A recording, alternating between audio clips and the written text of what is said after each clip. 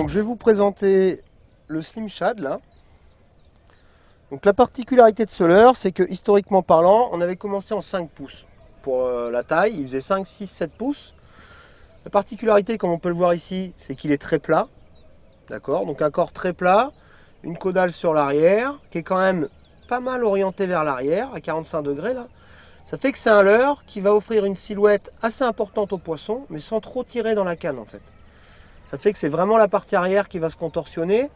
Et on va s'en servir plus pour pêcher au-dessus des poissons ou alors en vertical, avec un leurre qu'on va peu sentir dans la canne, mais par contre qui va vraiment être très mobile sur le dernier tiers. Et la particularité, c'est que le flanc, vu qu'il est assez comprimé, va émettre vraiment pas mal de flash au niveau des couleurs et des contrastes notamment, qui vont en eau claire permettre de vraiment sélectionner les poissons.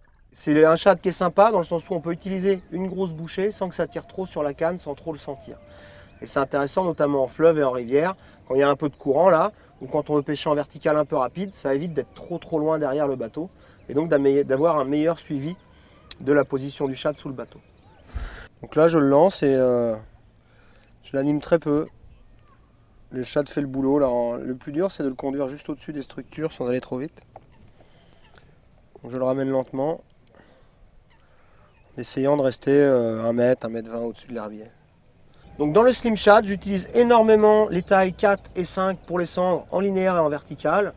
Et après pour les brochets, j'utilise davantage le 5, 6, 7 pour les pêches en linéaire. C'est pas un poisson que je recherche beaucoup en vertical, le brochet.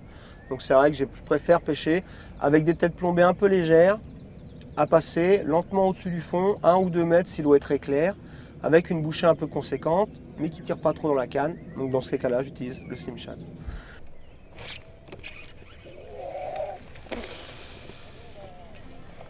Je vais relancer assez vite, le poisson n'est pas piqué. C'est un beau poisson.